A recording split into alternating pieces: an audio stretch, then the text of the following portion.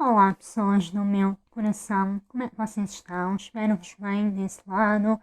Sejam muito bem-vindas e bem-vindos a mais um vídeo aqui na Farmácia Literária. E hoje temos aquele vídeo em que eu converso convosco sobre as leituras do mês, neste caso do mês de Abril. Então, sem mais demoras, vamos para o vídeo de hoje.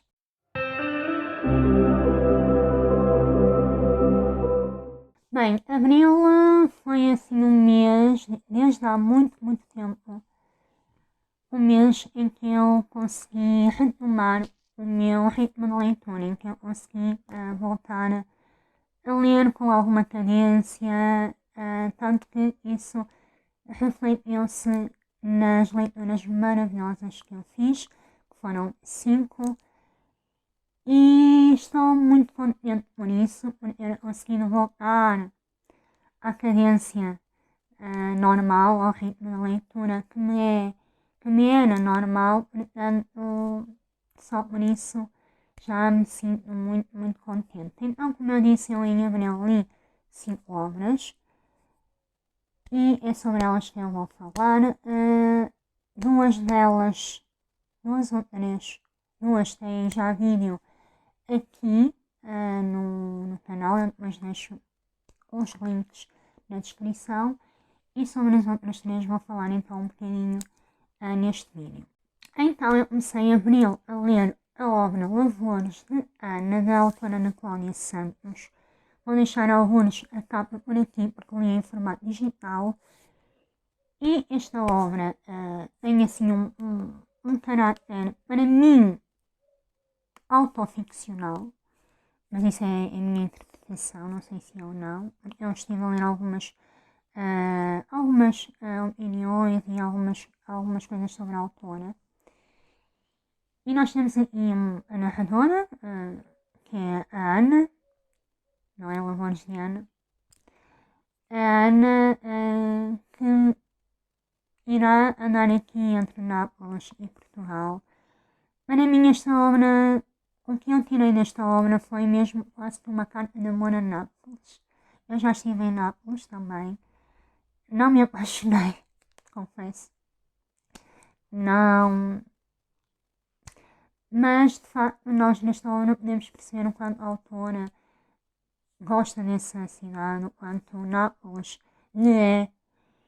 E então a nossa personagem, barra narradora, vai passar umas temporadas em Nápoles, vai vivenciar uma série de peripécias em Nápoles, amores, desamores, reflexões, aquele ponto da vida em que nós não sabemos que caminho seguir. Isto numa primeira fase. Depois, anos mais tarde, esta mesma Ana regressa a Nápoles numa nova fase da sua vida, com, lá está, decisões que tomou no passado, agora a terem as suas consequências. E no fundo é uma obra com um caráter bastante intimista, reflexivo. Temos muitas descrições de Nápoles, dos lugares mais e menos emblemáticos. Gostei dessa parte, sim. Mas eu confesso que aquilo que mais gostei foi ali na parte final. Porque a narradora vai preparar-se com uma situação na sua vida pessoal, íntima, que a mim me tocou particularmente. Por vários motivos e creio que digamos que ali as últimas páginas da obra me tocaram mais do que propriamente o resto. Não foi nada avassalador, por aí além, mas gostei, foi uma leitura interessante, principalmente aqui por esta última parte que eu gostaria de ter visto mais, um bocadinho mais desenvolvida e um bocadinho de lá escarafuchar mais um bocadinho nessa dor que aqui se cria. Mas isso sou eu que tenho aqui um lado um bocadinho masoquista, portanto. Mas sim, foi uma leitura razoável.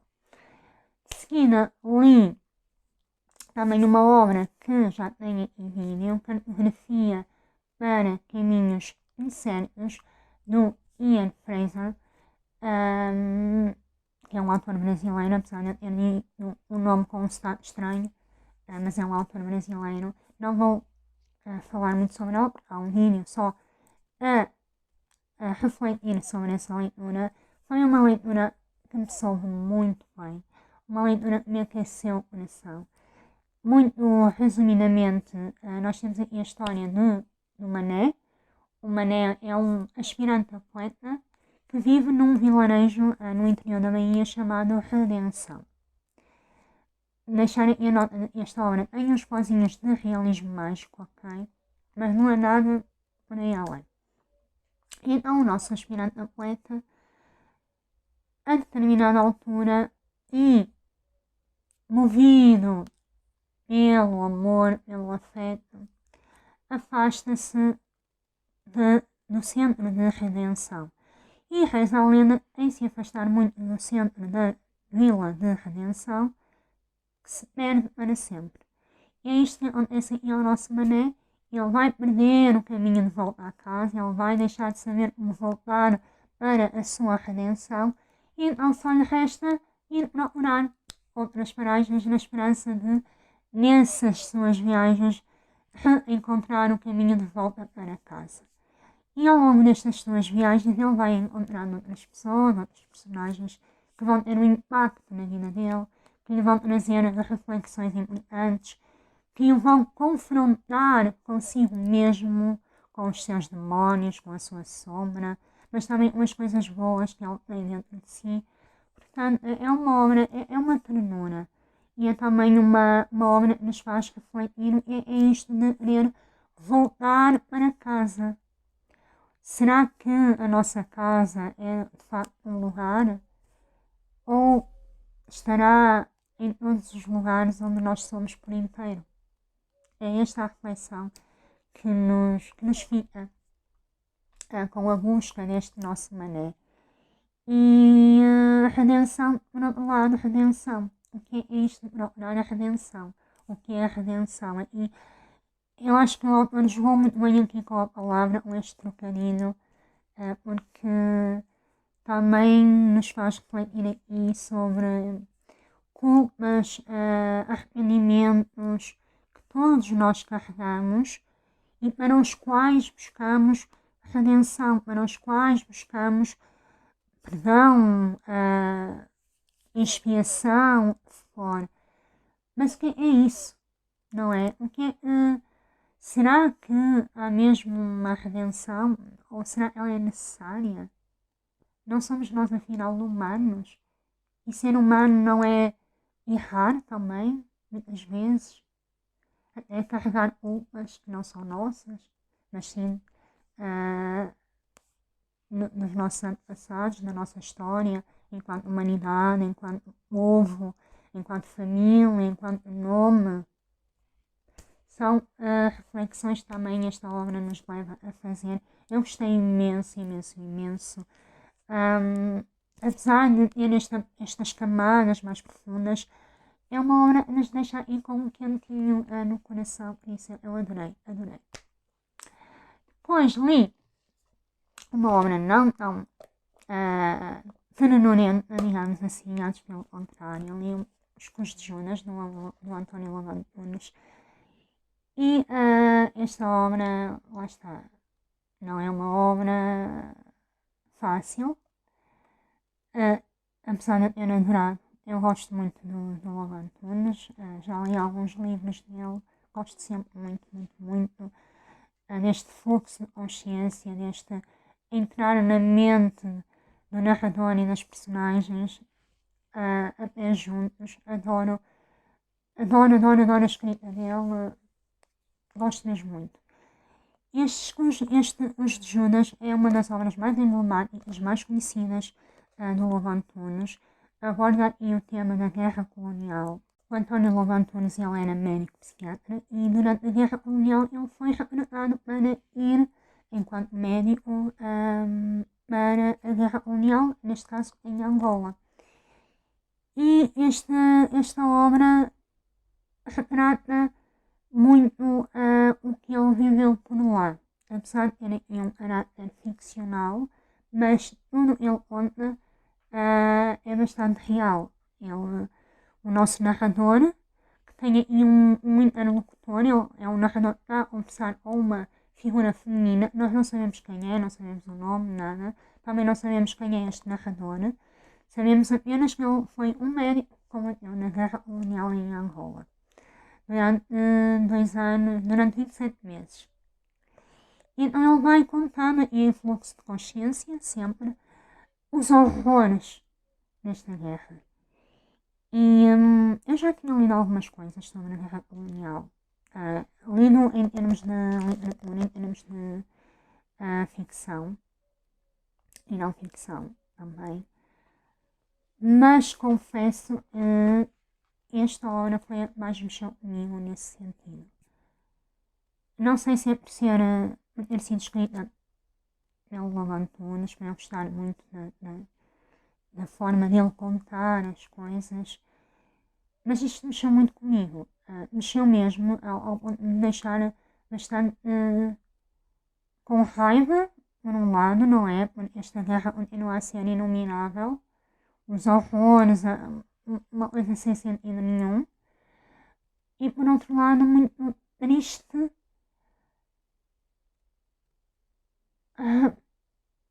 por tudo o que este narrador passou, ele e os seus companheiros de luta, por tudo este narrador viveu e presenciou, por tudo estes homens, quer os que foram obrigados a ir para lá, quer as pessoas que estavam lá colonizadas, estas pessoas passaram, os horrores, a chacina foi cometida,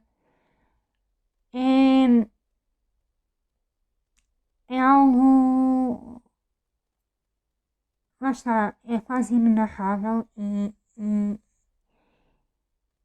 o Lobo Antunes consegue dizer esse indizível, consegue contar-nos isso de uma forma crua, de uma forma ao mesmo tempo envolvente. É quase como se ele nos puxasse para dentro do que aconteceu. E a páginas tantas nós estamos lá ao lado dele a presenciar o horror na primeira fila. E eu gostei muito desta obra, apesar de me ter mexido muito aqui com as entranhas. Acho que é uma parte da nossa história enquanto humanidade que precisa de ser recontada, que precisa de ser olhada como, lá está, sem floreados, sem falsos moralismos. Estas pessoas viveram, estas mulheres que lá estavam nas antigas colónias, eu falo das mulheres, é sempre um tema que a mim me dói bastante. Estas mulheres passaram por causa de uma guerra sem sentido, por causa de um imperialismo sem sentido. A minha alma, se for lá eu gosto de ler sobre isto e acho que é importante para mim enquanto ser humano. Por outro lado, ela me provoca muita raiva, muita tristeza e esta obra fez tudo isso. Por isso eu deixo mesmo muito, muito aqui esta recomendação. Se ainda não leram, leiam esta obra. O estilo lá está, é um estilo lobo-antoniano, mas ainda não é ele intrincado como acontece em obras posteriores, ou seja, é uma leitura que é fluxo de consciência, ok, mas acompanha-se com facilidade. E eu estava aqui a procurar de alguma passagem que eu tinha marcado, mas que não encontro. Está aqui.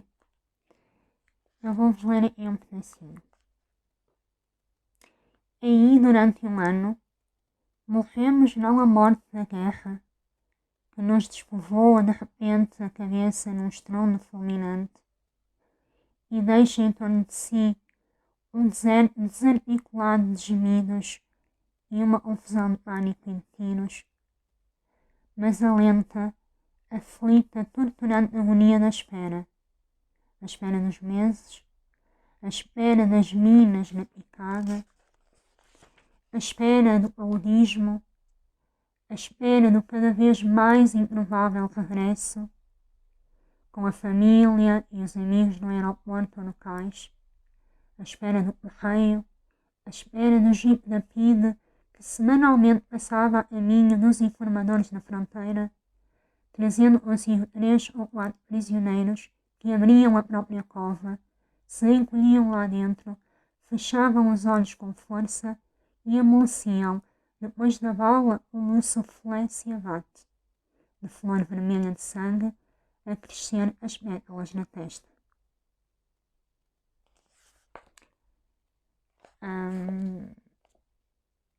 A obra é muito isto, o horror contado, narrado com esta beleza das palavras. É o horror, este homem consegue escrever assim. Para mim é fascinante. É fascinante e recomendo muito, muito, muito a leitura desta obra. Não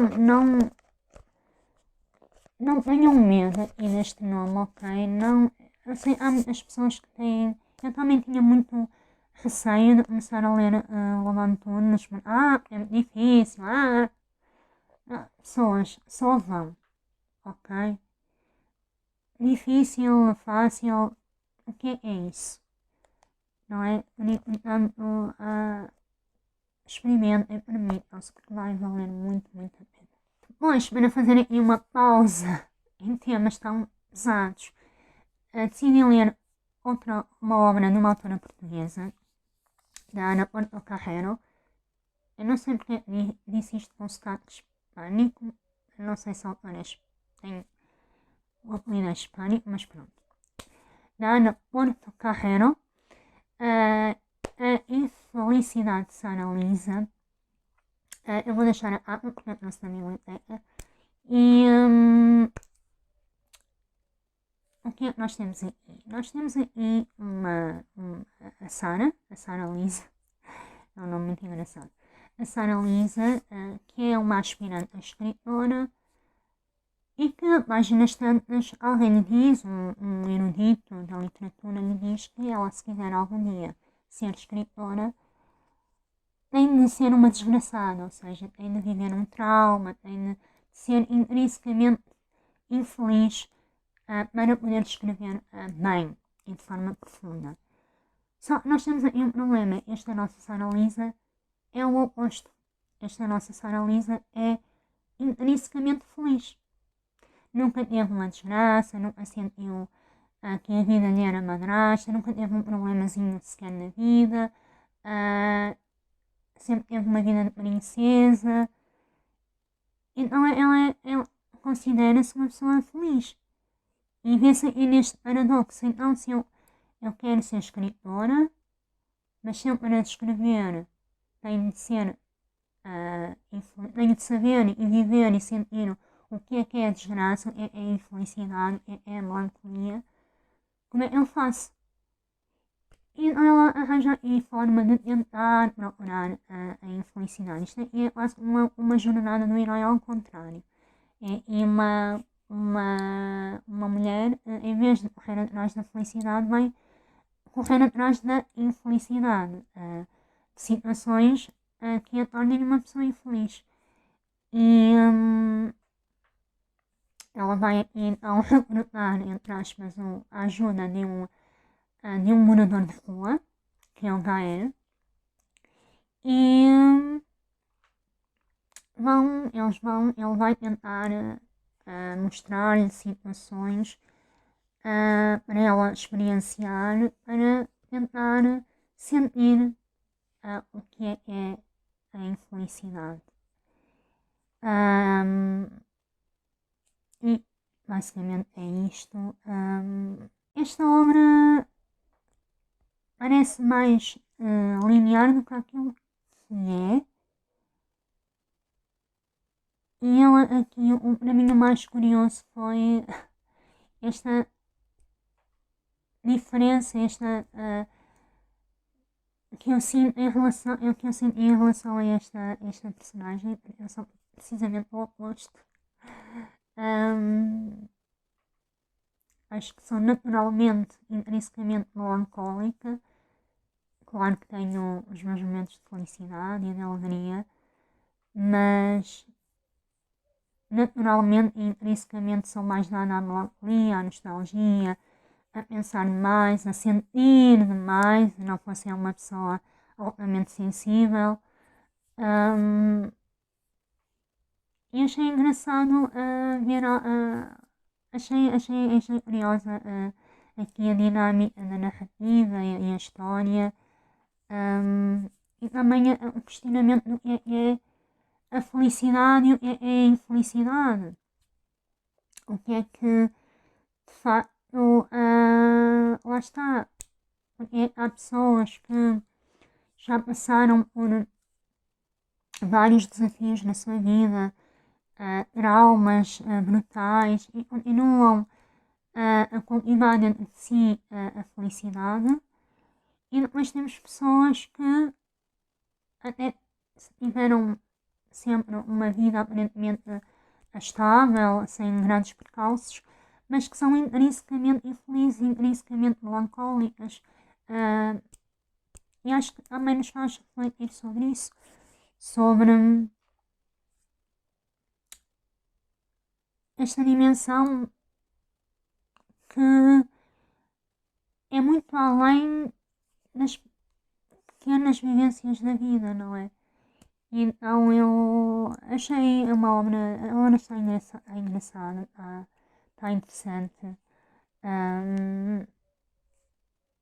O final, na minha opinião, gostaria de ver um final um bocadinho mais elaborado no sentido de explorar ali umas pequenas coisas que ficaram assim, que eu senti que não ficaram bem esclarecidas, mas isso, lá está, gosto de chafurdar no lame e gosto de que os autores dissequem a alma humana ao máximo, só por isso, mas foi uma leitura interessante, principalmente por me ter feito refletir sobre estas questões de serem feliz, infeliz, etc. Portanto, uma nova autora portuguesa e gostei, sim, posso dizer que gostei. E por fim, a obra do mês, ali a par com os custos de Judas, claro, que tem um vídeo, é um vídeo que saiu antes deste, tem um vídeo longo só a falar sobre ela, uma obra que eu adorei. Esta sim, esta é daquelas que eu gosto, vai lá, vem chafurdar lá no subsolo, como eu gosto. Uma obra cheia de camadas, com várias leituras possíveis, que é A Louca de Serrano, da Dina Salustio. Eu adorei isto, eu adorei. Eu não vou falar sobre ela, porque vocês, se quiserem, vão ver o vídeo.